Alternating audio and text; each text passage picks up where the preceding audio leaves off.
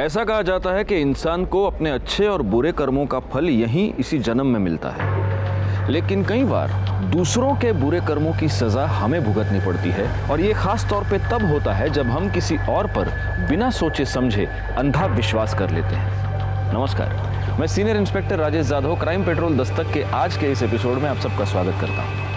आज मैं आपको जिस केस के बारे में बताने जा रहा हूँ वो मेरे सामने तब आया था जब मैं ठाणे के मुमरा पुलिस स्टेशन में पोस्टेड था।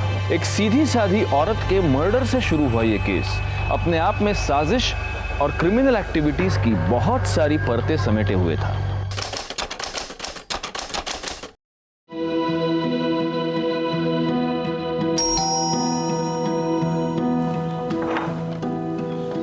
अरे शालिनी, आओ आओ। आजी की तबीयत कैसी है? ठीक है अभी। अच्छा आपने डॉक्टर को फोन किया, थैंक यू। क्या तू भी थैंक यू की कोई जरूरत नहीं है। अरे शालिनी वहीनी सुबह सुबह? हाँ, वहीनी को थैंक यू बोलने आई थी। कल रात वहीनी ने फोन नहीं किया था हॉस्पिटल में, तो आज ही पहुंच नहीं पाती टाइम पे। अभी तबीयत ठीक है ना? ठीक है, चलो वहीनी येते। ध्यान रखना। संपदा चलो मैं निकलता हूँ। नाश्ता तो कर लीजिए। नहीं बहुत लेट हो जाएगा, फिर बाहर कर लूँगा। बाबू बाबू अरे प्रवीण आ जा। लफड़ा है ना, काजी का लड़का है ना, नाके पे कबाब का गाड़ी डाल रहा है। चल देखते हैं उसको, समझाते हैं काजी को। प्यार से माना तो ठीक, मैं तो टांगे काट के फेंक दूंगा उसकी मैं। हाँ, अरे तू टेंशन मत ले रे, ये अपना महाराष्ट्र है। ये नाके पे सिर्फ पूरी भाजी और मिसल पाव का गाड़ी लगेगा, और बोर्ड पे ऐसा लिखा होगा स्पॉन्सर्ड बाय अध्यक्ष सुनील पवार करके। लेकिन आप काजी से झगड़ा क्यों करना चाहते हैं? प्यार से भी तो... तू नाट लाओ को। चल रे, गाड़ी काट रे।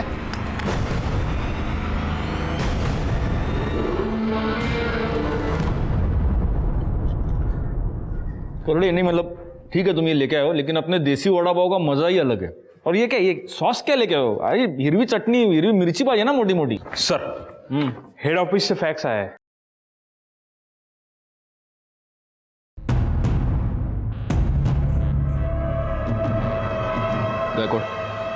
सबको मेरे केबिन में बुला। हेड ऑफिस से ऑर्डर आया है, मुमरा में रेड अलर्ट इशू हुआ है। इसके मुताबिक अगले कुछ दिनों में कोई बड़ी क्रिमिनल एक्टिविटी हो सकती है, जिसके लिए भारी तादाद में गैर कानूनी हथियार थाने शहर में आने की संभावना है। इसीलिए अगले कुछ दिनों तक अगर कोई भी सस्पिशियस एक्टिविटी, आदमी, औरत दिखे तो तुरंत एक्शन लीजिए। Yes sir. मेरे को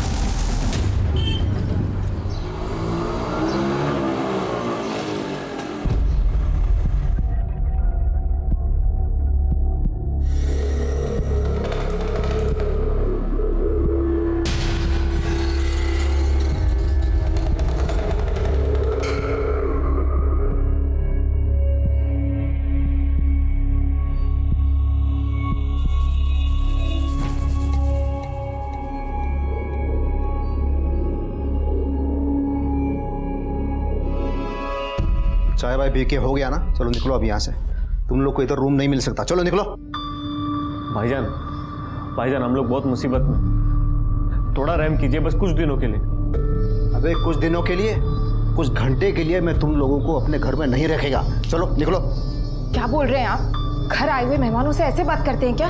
ये मेहमान की बच्ची, इधर मेरे को मालूम नहीं ये लोग कौन है करके। मालूम, इंसान है हमारे जैसे। ये इंसानों के वजह से भाईजान हम लोग गलत नहीं है, निकाह करके आए। आपको यकीन नहीं तो हम काजी का कराना मत दिखा सकते, तो थोड़ा मदद कीजिए हमारी। आपको जो किराया चाहिए हम दे देंगे। क्या पैसे का लालच दे रहा है तू मेरे को? बोलना। अब जबान दी है मैंने, ये यहीं रहेंगे। तेरे को मालूम है ना कौन सी पार्टी के लिए काम करता हूँ मैं? उन लोग को पता चल गया ना कि मैंने इन लोग को अपने घर में रखा है, सबसे पहले मेरे को फोड़ देंगे वो। अभी के अभी कल्टी करवा इन लोगों को। चल रहे जनाब, खुदा के लिए हमारी मदद कर दीजिए, बस कुछ दिनों के लिए हमें यहाँ पनाह दे दीजिए। हम आपको ज्यादा परेशान नहीं करेंगे, अल्लाह ताला आपकी हर मुराद पूरी करेंगे, बस हमारी मदद कर दीजिए। हाथ जोड़ने की क्या जरूरत है? चलो ठीक है, दे दिया मैंने कमरा। अब खुश है? शुक्रिया जनाब। लेकिन बहुत ज्यादा खुश नहीं होने का, और घर के बाहर ज्यादा घूमना फिरना नहीं। हाँ, और जो नमाज दुआ जो पढ़ता है ना वो ऊपर कमरे में पढ़ने का। वो क्या वो मेरे एरिया में थोड़ा सा टेंशन चल रहा है इसलिए बोल रहा हूँ। जी जनाब। शुक्रिया। हमारा देखो ऊपर जा। आइए मैं आपकी मदद कर देती हूँ। अस्सलाम वालेकुम भाईजान। जी खैरियत से पहुंच गए? हाँ रहने को मिल गया था। हाँ हम आपको एड्रेस सेंड करते हैं ना, आप अपना बंदा भेज के बक्सा उठा लीजिए। अल्लाह हाफिज। क्या कहा उन्होंने? वो एक नंबर सेंड कर रहे हैं, उसे फ़ोन करेंगे तो बक्सा लेकर जाएगा।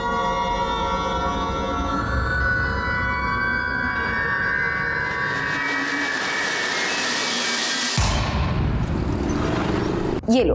अरे बस बस आपा। क्यों, मेरे हाथ का खाना अच्छा नहीं लगा? नहीं नहीं, खाना तो बहुत लजीज है, लेकिन मेरी खुराक से रकम। वाकई खाना बहुत लजीज है आपका। ये संपदा खाना तो अच्छा बनाती है, लेकिन रोज वेज खा खा के तो बोर हो गया मैं। अगर ये मटन बिरयानी ऐसा कुछ हो जाए तो मज़ा आएगा। अरे हाँ मुमताज़, तुम्हें मटन बिरयानी बनाना आता है क्या? भाईजान मुमताज़ तो बहुत ही उम्दा बिरयानी बनाती है, आपका पेट भर जाएगा पर नीयत नहीं। तो फिर ठीक है, कल का प्लान मुमताज़ के हाथ की मटन बिरयानी। बेशक।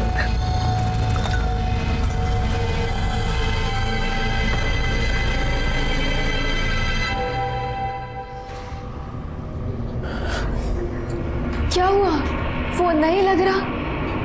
रफीक हम फंस गए हैं, यहाँ माहौल बहुत खराब है, ज्यादा दिन नहीं रुक सकते, सामान देकर निकलना होगा। हाँ पर कैसे? रियाज भाई भी फोन नहीं उठा रहे हैं। तो भाईजान को फोन करो ना। 1000 बार कर चुके हैं, वो भी फोन नहीं उठा रहे। समझ नहीं आ रहा क्या करें। ये बक्सा तो जान की मुसीबत बन गया।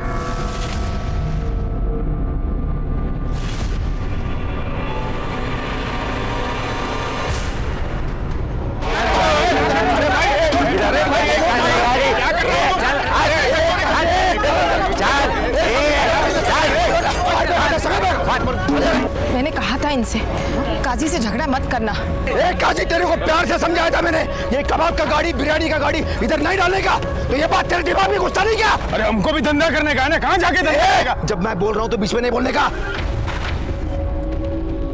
अरे क्या बहुत चर्बी चढ़ी है तेरे को? हाँ सिर्फ तू ही नहीं, तेरे साथ जो भी है ना सबका खीमा बना के इधर ही बेचेगा मैं। और तेरे को गाड़ी डालने का ही है ना तो उधर जाना, क्योंकि जब तक मैं इधर है ना यहाँ पर ये गाड़ी नहीं लगेगा, मैं बता रहा हूँ। चल तोड़ रहे उठा के बैठ। अरे वो गाड़ी भेज दो उधर। ये लोग क्या कर रहे हैं? देखो देखो ये क्या कर दिया। एक मिनट। सुनील भाऊ, आप एक पार्टी के विभागाध्यक्ष हो और फिर भी आप सड़क पे ऐसे मारपीट कर रहे हो। अरे साहब ये काजी सलाह, ये बिना म्युनिसिपैलिटी के परमिशन के अपने एरिया में ये बिरयानी कबाब का गाड़ी डाल रहा है, इसको थोड़ा सा सबक सिखा रहा था मैं बस। एक मिनट, अगर गाड़ी बेकायदा है ना तो आप कंप्लेंट कर सकते हैं, खुद सड़क पे उतर के मारपीट करने की कोई जरूरत नहीं है। वही समझा रहा था साहब मैं उसको, वही आप रुकिए, मैं आपसे बाद में बात करूंगा। सुनील भाऊ जरा आप साइड में आइए। गायकवाड़ ये सबको पहले खाली करो इधर से। चला आप इधर आइए। चला। सुनील भाऊ ये सब अभी रहने दीजिए, मैं आज आपसे एक मदद मांगने आया हूँ। अरे बोला ना, मैं सबकी मदद करने के लिए बैठा हूँ। काय पाहिजे बोला। हेड ऑफिस से हम लोगों के पास एक रेड अलर्ट आया है। मुंब्रा में कोई बड़ी क्रिमिनल एक्टिविटी होने की संभावना है और इसलिए हम सब पर चेकिंग कर ही रहे हैं। लेकिन आप अपने कार्यकर्ताओं से, अपने लोगों से, मोहल्ले वालों से रिक्वेस्ट कीजिए कि प्लीज़ अलर्ट रहिए और ख़ास तौर पे अगर कोई भी नया किराएदार आता है तो सबसे पहले हमें इन्फॉर्म कीजिए। तो ठीक है, मैं सबको बोलता हूँ, तो मुझे जैसे पता चलता है ना मैं आपको पर्सनली बोलूँगा। Thank you.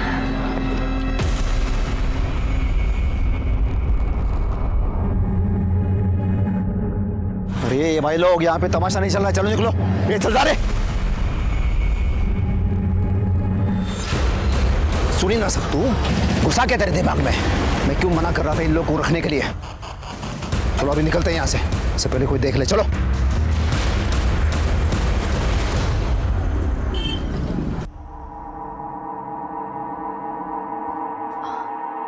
हाँ पा, दीजिए हम कर देते हैं। नहीं मैं कर लूंगी। कोई बात नहीं, हम कर देंगे।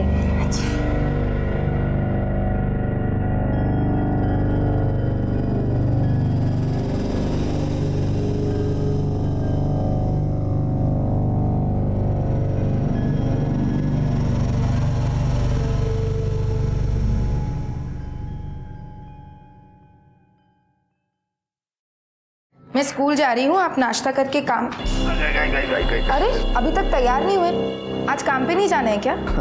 अरे वो कल का मटन बिरयानी ना बहुत ज़्यादा हो गया, वो थोड़े पेट में गड़बड़ी हो गई है। देखो अगर ठीक हो जाता है ना तो मैं जाता हूँ। मैं छुट्टी ले लूँ, कोई दवाई ले आऊँ? अरे नहीं नहीं नहीं नहीं, उतना ज़्यादा नहीं है।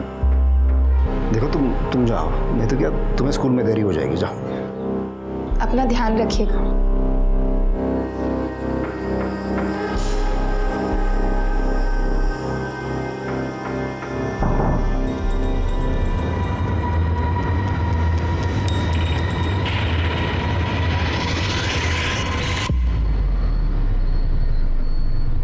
चला।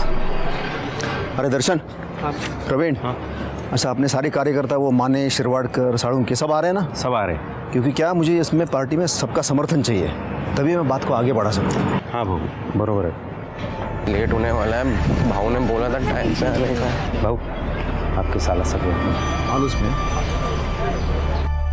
रागिणी। नमस्ते जीजा जी। नमस्ते, कैसी हो तुम? मैं अच्छी। अच्छा सुन ना, तेरी ताई तेरे को बहुत याद कर रही है। जब तेरे को टाइम मिले तो घर पे आ जाना। ठीक है, कल आती हूँ। ओके ठीक, कल आना। बाय जीजा जी। Bye bye. बाय दादा।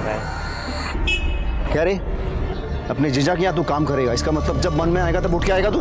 हाँ, अरे मैं पगार देता हूँ ना तेरे को, तो टाइम पे आने का, काम करने का। तेरे को मालूम था ना आज पार्टी का मीटिंग है करके? वो रागिनी को कॉलेज में थोड़ा काम था इसलिए लेट हो गया। अरे तो बोल के जाने का ना।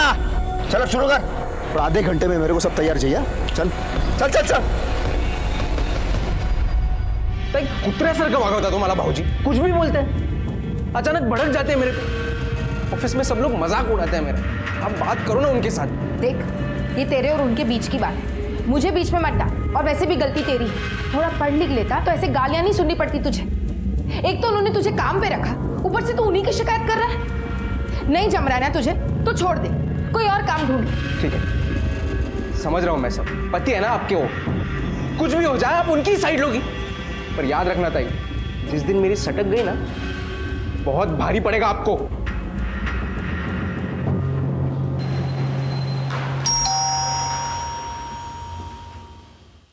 अरे रागिणी, ये दीदी कहाँ है? दीदी। अरे रागिणी तू लेट हो गई, तेरी ताई तो निकल गई स्कूल के लिए। दीदी चली गई? हाँ, मैंने मस्त आप दोनों के लिए पोहा बनाया। अब दीदी तो चली गई, आप खा के देखो कैसा है। तूने बनाया तो अच्छा ही होगा ना। देखो मैं चम्मच लाती वाह वाह वाह। हूँ। मैं अपने हाथों से खिलाती हूँ। अच्छा खिला। कैसा है? दीदी जितना अच्छा नहीं है ना? अरे नहीं, कमाल, बहुत मस्त बना। तूने जो ड्रेस मंगाया था ना, बोला था ना? वो ड्रेस? हाँ, मैं लेके आया हूँ, अंदर रखा है, जा। आप पोहा खाओ, मैं देख के आती हूँ। अरे तेरे जीजा को क्या समझाया तूने? वहाँ रखा है जीजा जी ने ड्रेस। अरे रागिनी कहाँ देख रही है तू? वहाँ नहीं है। कहाँ है ड्रेस जीजा जी? मैं देता हूँ।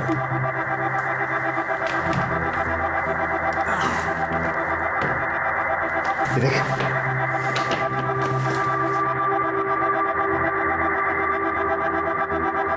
वाह, कितना ब्यूटीफुल ड्रेस है ना जीजा जी। पसंद है? बहुत अच्छा है। मैं अभी ट्राई करूँ? अभी? हाँ। अच्छा थोड़ा जल्दी करना क्योंकि मुझे अर्जेंट काम है। ठीक है। कर ले, मैं हूँ बाहर।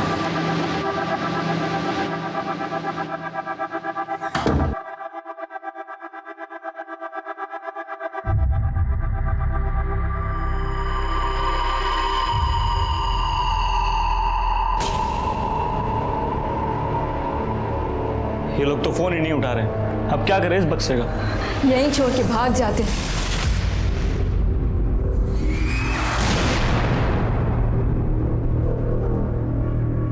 क्या नाम है आपकी बेटी का? कब से लापता है? संपदा पवार नाव आहे साहेब तिचं।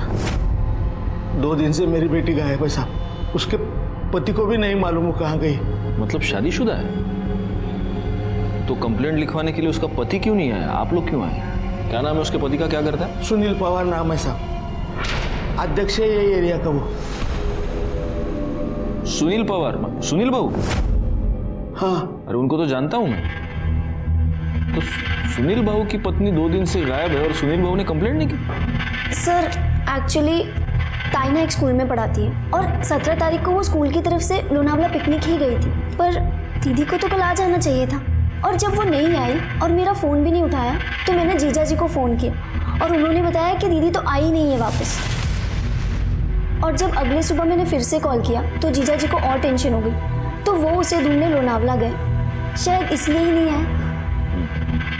आप लोगों ने स्कूल में फ़ोन किया? हाँ, सबसे पहले मैंने स्कूल में ही फ़ोन किया था साहब, लेकिन वो लोग बोले कि तुम्हारी बेटी पिकनिक पे गई नहीं, और जो लोग पिकनिक पे गए थे वो एक दिन पहले ही आ गए साहब। ओह, ठीक है, आप एक काम कीजिए, संपदा के फोटोग्राफ्स और डिटेल्स यहाँ गायकवाड़ के पास दे दीजिए।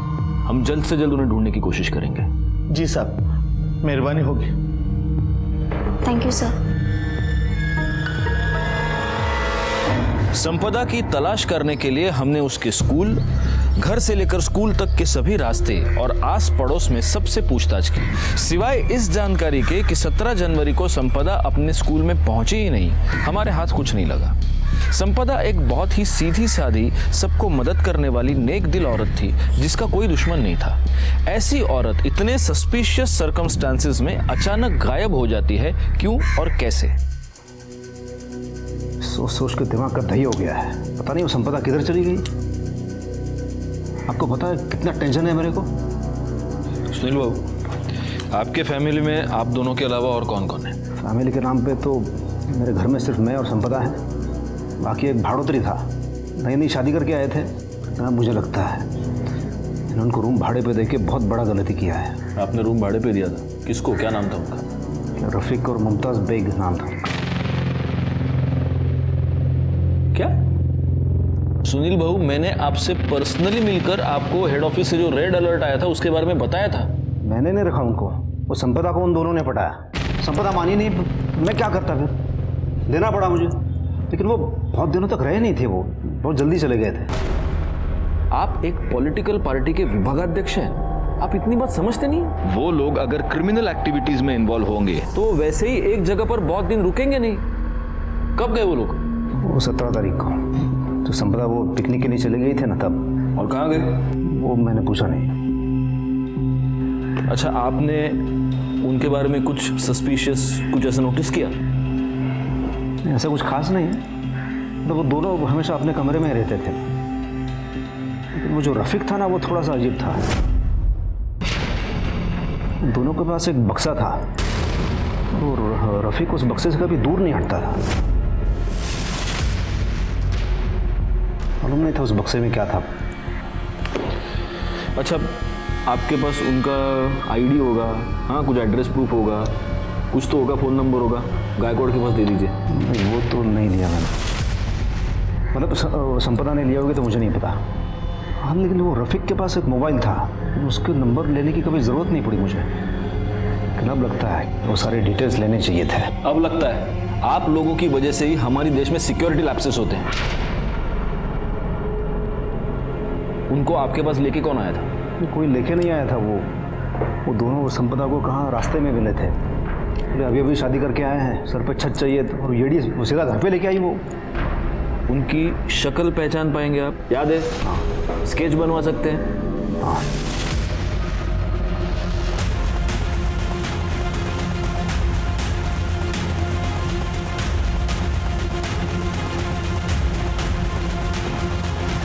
सर, रफीक और मुमताज़ के स्केच बन गए। ग्रेट।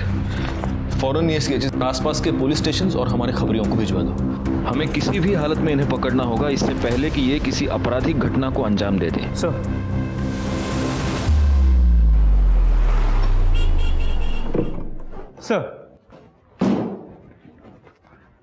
सर सुनील पवार के कॉल रिकॉर्ड्स क्लियर है।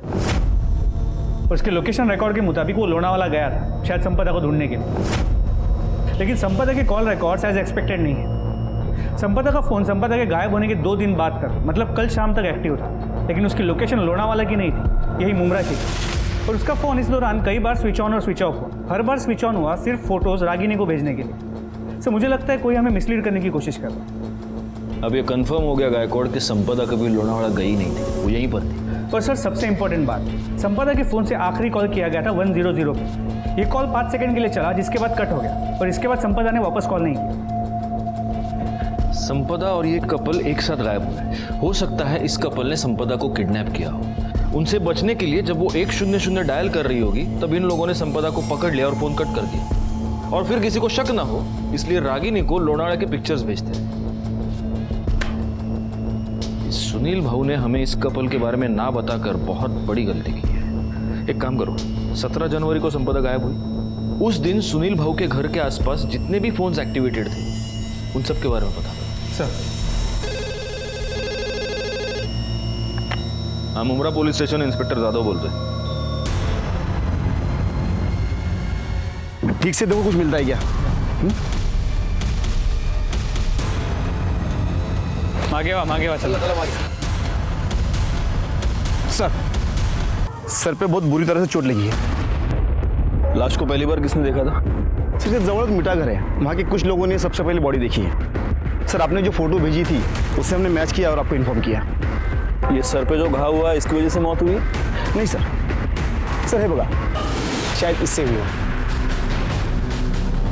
आसपास कुछ मर्डर वेपन, इसका मोबाइल, आई कार्ड कुछ भी मिला? नहीं सर, हमने काफ़ी ढूंढने की कोशिश की लेकिन कुछ नहीं मिला। रिकॉर्ड, बॉडी को पोस्टमार्टम के लिए भेज दो और इसके परिवार वालों को इन्फॉर्म करो, कह दो कि शिनाख्त के लिए आ जाए। सर, हाँ आम्ही गुन्हा नोंदवून घेतलाय। ठीक है, ओके। सर, संपदा की बॉडी से जो गोलियां मिली थी, बैलिस्टिक रिपोर्ट के मुताबिक वो यूएस मेड बेरेटा गन से चलाई गई, और संपदा की पोस्टमार्टम रिपोर्ट के मुताबिक पहले उसके सर पे वार किया गया था, जिसके बाद उसे 2 गोलियां मारी गई जिस वजह से उसकी मौत हो गई। मुंब्रा में यूएस मेड बेरेटा गन, और वो भी एक स्कूल टीचर को मारने के लिए। गायकवाड़, ये काम जरूर उस कपल का ही है। सर, 17 जनवरी को सुनील के घर के आसपास जितने नंबर एक्टिव थे उसमें से एक नंबर संदिग्ध है, जिससे कई सारे इंटरनेशनल कॉल किए गए हैं। और सर, ये जो दूसरा नंबर है ये तलोजा का नंबर है। इस नंबर से तलोजा के नंबर पर भी कई बार कॉल किए गए थे। सर, लास्ट कॉल कल का है। एक काम करो, ये दोनों नंबर्स मॉनिटर करो और गायकवाड़ इनकी मोबाइल लोकेशन मुझे चाहिए इमीडिएटली। सर। जाओ।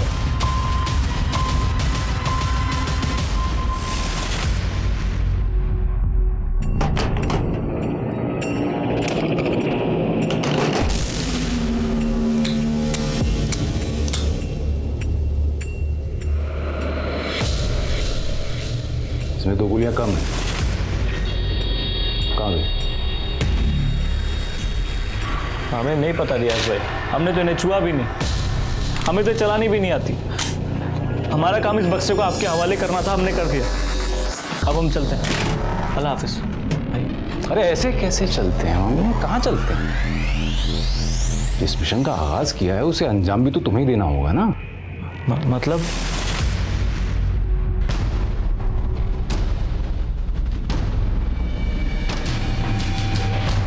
साहब, सुनील भाऊ का और काजी का बहुत टेंशन चलता था, बहुत लफड़े भी हुए थे। पता नहीं साहब, वो भिवंडी क्यों चली गई हमें मालूम नहीं साहब। संपदा समाज सेना की एक्टिविटीज में इन्वॉल्व रहा करती थी? नहीं सर, ताई ये सब से दूर ही रहा करती थी। ठीक है, तुम उस पर नजर रखो पर अपडेट करते रहो। सर, खबर पक्की है, तलोजा का नंबर रियाज पारकर का है, जो नाम के लिए तो दुकान चलाता है, लेकिन दुकान के पीछे उसका गोडाउन है जहां से वो इलीगल एक्टिविटीज करता है।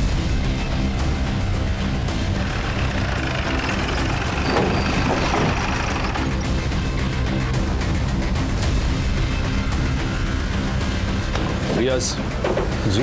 रफीक और मुमताज कहाँ हैं? कौन रफीक और मुमताज?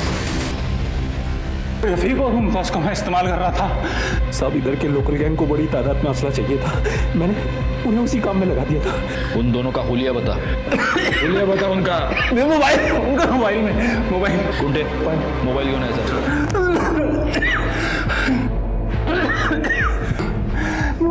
चल बोल, दिखा दिखा दिखा। ये दोनों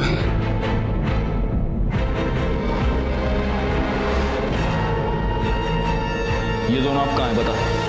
पता नहीं, कल पता नहीं कहाँ चले गए, और साथ में वो बॉक्स भी ले गए। बॉक्स ले गए? क्या था उस बॉक्स में? बैरेट गन्स, मेरा पार्सल था वो, और ब्रांड न्यू गन्स थी, लेकिन उनमें एक गन में दो गोली नहीं थी, गायब थी।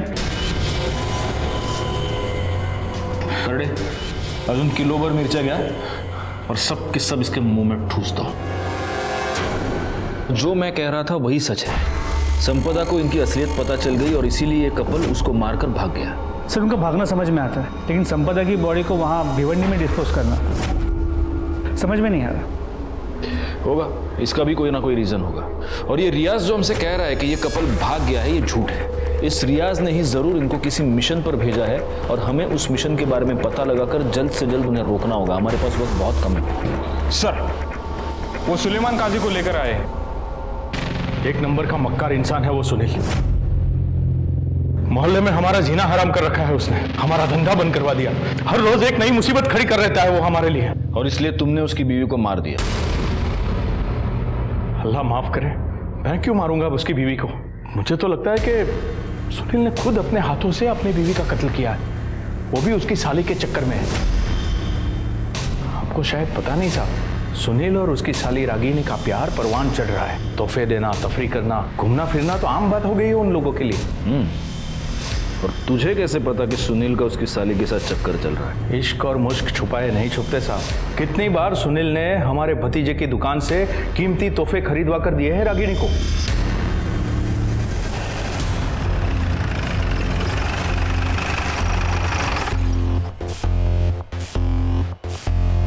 चेक करो।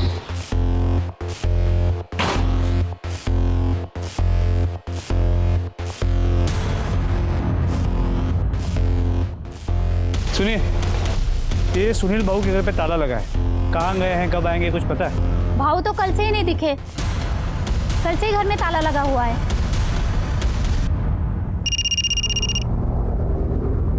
हाँ बोलो।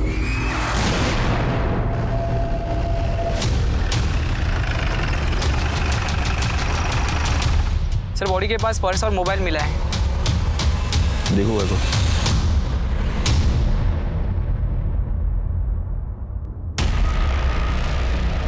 सुनील पवार, फोन दिखाओ। एक काम करो, बॉडी को पोस्टमार्टम के लिए भेजो और वो मोबाइल लैब भेजो। सर, पीएम रिपोर्ट के मुताबिक सुनील पवार का मर्डर 22 जनवरी को दोपहर 2 से 4 के बीच में हुआ है। और सबसे खास बात यह है गायकवाड़ कि सुनील के बॉडी पर 8 से 9 इंच के चक्कू से कम 20 बार वार किए गए हैं। 20 बार मतलब जिसने भी सुनील बाबू का मर्डर किया है उसने बहुत ही गुस्से और नफरत में उसका मर्डर किया है और इसीलिए उसका खून होने के बाद, वो मरने के बाद भी वो मर्डर उस पर लगातार वार करता रहा। सर, रफीक का फोन कुछ मिनट पहले ही मानखुर्द में ऑन हुआ है। फौरन उसकी एग्जैक्ट मोबाइल लोकेशन निकालो, हमें जल्द से जल्द निकलना होगा।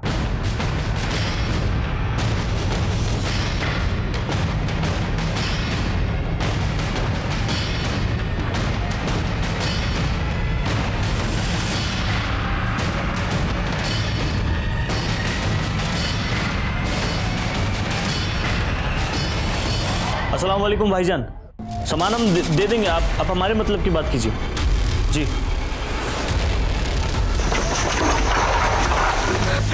हमें तो बस उसे उसकी मंजिल तक पहुंचाना था ताकि हमें नई पहचान मिले, बाकी की जिंदगी सुकून से कट सके। रियाज भाई से हमने चोरी इसलिए की थी क्योंकि हमें पता था कि अगर हम नहीं करेंगे तो वो किसी और को मजबूर करेगा कत्लेआम करने को। जनाब, हम सच कह रहे हैं। वो हथियार तुम्हें एक नई जिंदगी देने वाले थे। मतलब? जनाब, हम दोनों एक दूसरे से मोहब्बत करते हैं पर हमारे घर वाले कास्ट की वजह से हमारे निकाह के खिलाफ थे, इसलिए मेरा दोस्त मुझे असलम के पास ले गया। उन्होंने कहा अगर हम ये बक्सा खैरियत से रियाज भाई के पास मुंबई पहुंचा दे तो हमें नहीं पहचान देगा और हम दोनों को बंगलुरु में नौकरी भी देगा। तुम जानती थी उस बॉक्स में क्या है? नहीं, खुदा कसम, हमें जरा भी अंदाजा नहीं था। और तुम? मुझे इल्म था हमें, मगर हमने मुमताज को इससे अनजान रखा। मैं मुमताज से किसी भी कीमत पे निकाह करना चाहता था, इसलिए हम दोनों बक्सा लेकर मुंबई आए और सुनील पवार के घर पे रेंट पे रहने लगे। मैं दिन रात रियाज पालकर को फोन लगाता ताकि वो बक्सा ले जाए और ये मुसीबत टले। और एक दिन सुनील ने पता कर लिया उस बक्से में क्या है। तुमको मालूम है मैं कौन है? इस पूरे एरिया का अध्यक्ष है मैं। अब तुम दोनों तो गए, पुलिस यहाँ से तुम्हें कुत्ते की तरह खींच के ले जाएगी। और अध्यक्ष होने के नाते मुझे पुलिस को तो बताना ही पड़ेगा ना। उसके बाद वो मुझे ब्लैकमेल करने लगा। अच्छा तू नीचे बैठा है, पैर पकड़ा है, इसलिए बचाता हूँ मैं तुम दोनों को। हाँ चलो उठ उठ उठ उठ। चलो अभी बाहर जा। बाहर क्यों? तुम दोनों को बचाने के लिए मैं इतना बड़ा रिस्क ले रहा हूँ। थोड़ी सी कीमत तुझे क्या, इसको तो चुकाना ही पड़ेगा। हमें संपदा आपा की याद है, उनके पास जाके हमने सब तफसील से बता दिया, पर शर्म नहीं आती उनके बारे में इतना घटिया झूठ बोलते हुए? वो ऐसी गंदी हरकत कभी नहीं कर सकते। उन्होंने जरा यकीन नहीं किया, पर अगले दिन अपनी आंखों से सब देख लिया। वो स्कूल की तरफ से पिकनिक जाने के लिए निकली और 15 मिनट बाद ही वापस आ गई, क्योंकि वो अपना फोन घर पर ही भूल गई थी।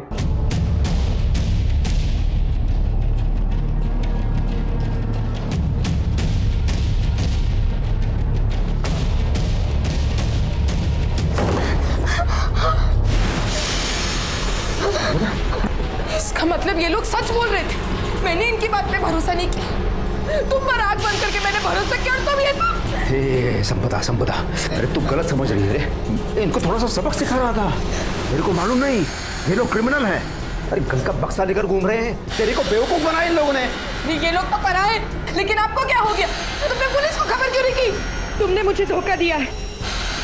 छोड़ने वाली नहीं हूँ मैं तुम्हें। पुलिस को जाके अभी सब बता दूंगी मैं। ये संपदा रुक ना, मेरी बात सुन रहे। मेरी बात सुनना, मैंने कुछ नहीं किया। तू कहां जा रही है? तू रुक जा। अरे संपदा क्या कर रही है तू? ये मैं तुम्हारी करतूतों के बारे में पुलिस को बता के रहूंगी। तू ऐसा नहीं करेगी। तू क्या करेगी? कुछ नहीं सुनना मुझे। बात सुन।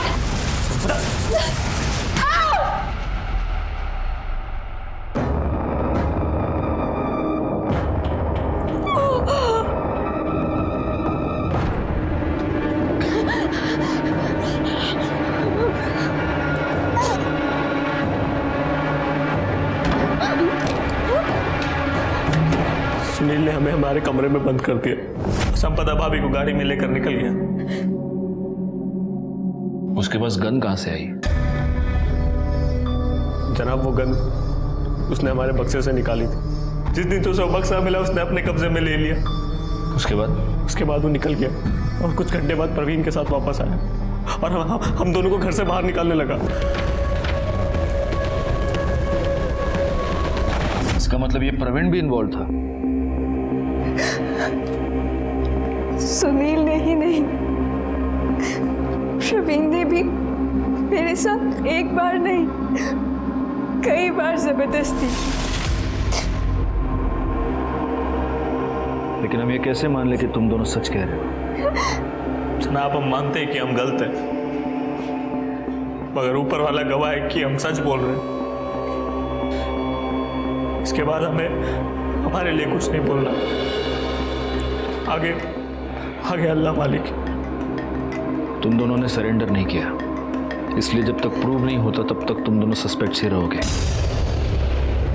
ले जाओ इनको। मैं बोलता हूँ। हाँ साहब, भाव की मर्जी से ही मैं मुमताज के साथ। क्या साहब? तेरे सुनील भाव की प्राइवेट प्रॉपर्टी थी क्या? साहब आगे बोल, आगे क्या हुआ बोल। साहब भाव मेरे को फोन करके बुलाया। मैं उनको रास्ते में मिला, देखा तो संपदा वहिनी के सर से खून बह रहा था। वो बेहोश थी। फिर हम लोग उधर से भिवंडी चले गए सुनसान जगह पे।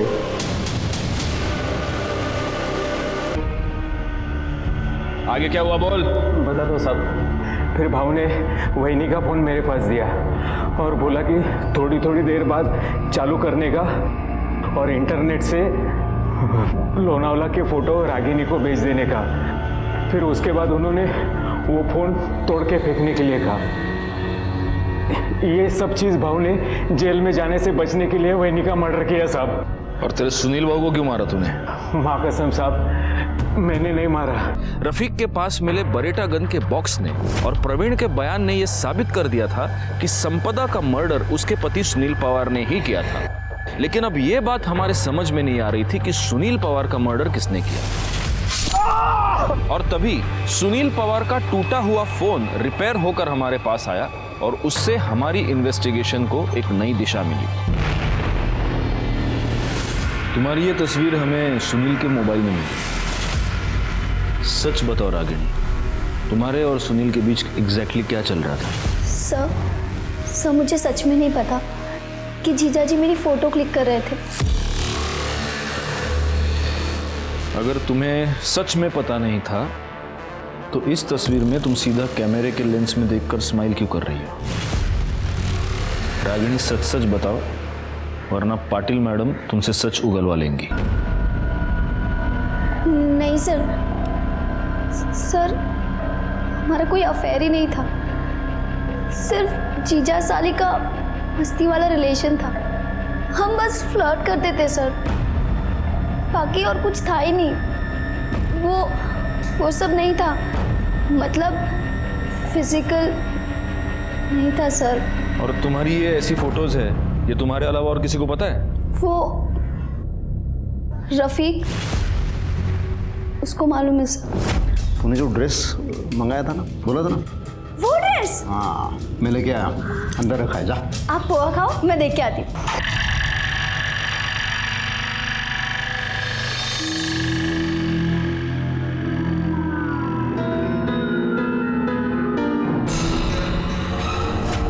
सुनील पवार ने रागिनी की कपड़े बदलते हुए तस्वीरें निकाली थी। तूने ये बात हमें क्यों नहीं बताई? जनाब वो ऐसा कुछ हमें याद नहीं आया, हम तो वहाँ गलती से मौजूद थे। और वैसे भी उस बेगैरत बेशरम आदमी के बारे में ये जान के कौन सा कुछ नया जान लेते हैं आप? गलती से मौजूद था, लेकिन इस गलती का तो फायदा खूब उठाया होगा तूने। बता, किस किस को बताया इस बारे में? संपदा को, जयदेव को?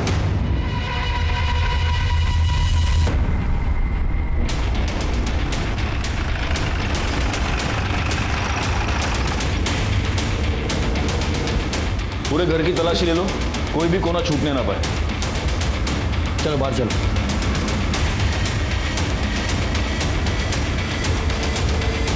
बाबा,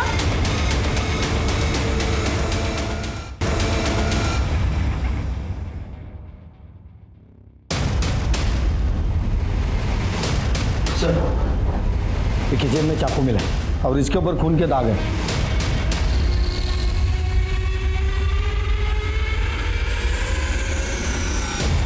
सर फाइल।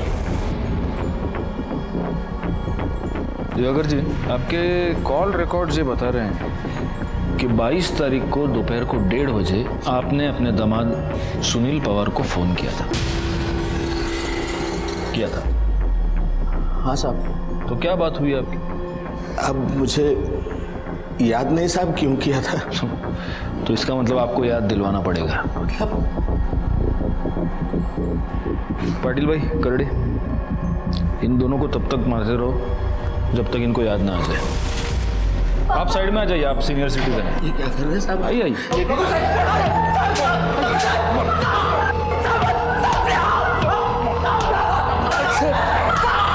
कुछ नहीं किया उन्होंने साहब। सब मेरी बात मानो साहब, उन्होंने कुछ नहीं किया। साहब रुको साहब, रुक जाओ, छोड़ दो इनको। इन्होंने कुछ नहीं किया साहब। सुनील का खून मैंने किया है साहब, मैंने खून किया है सुनील का, मैंने। क्यों? साहब वो मेरी बेटी रागिनी की गंदी तस्वीरें खींचता था। वो रागिनी को महंगे महंगे तोहफे देकर फंसा रहा था, उसके साथ अफेयर कर रहा था, वो मेरी दोनों बेटियों के साथ खेल रहा था साहब। मुझे पता नहीं था कि वो इतना घटिया इंसान था। मैंने जब उसे मारा तब तक मुझे पता नहीं था साहब कि वो संपदा का भी खूनी है, वरना मैं उसे पहले ही खत्म कर देता। उस दिन मैंने उसको फोन करके बुलाया था। बेटे मुझे बहुत चिंता हो रही है, मालूम नहीं पुलिस को क्यों लग रहा है कि संपदा का खून तुमने ही किया है। पुलिस तुम्हारे बारे में पूछताछ करने आई थी। बाबा अब मैं क्या करूं? एक काम करते हैं, टेम्पल रोड के पीछे मिलते हैं, बाद में सोचेंगे क्या करना है। गायकवाड़, चार्जशीट बनवा।